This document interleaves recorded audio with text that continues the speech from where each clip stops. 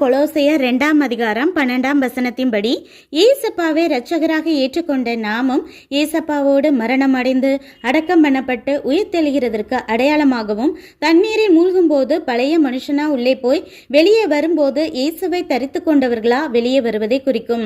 கிரேக்க மொழியில் பாப்டிஸ்மா என்பது தமிழில் ஞானஸ்நானம் என்று சொல்கிறோம்.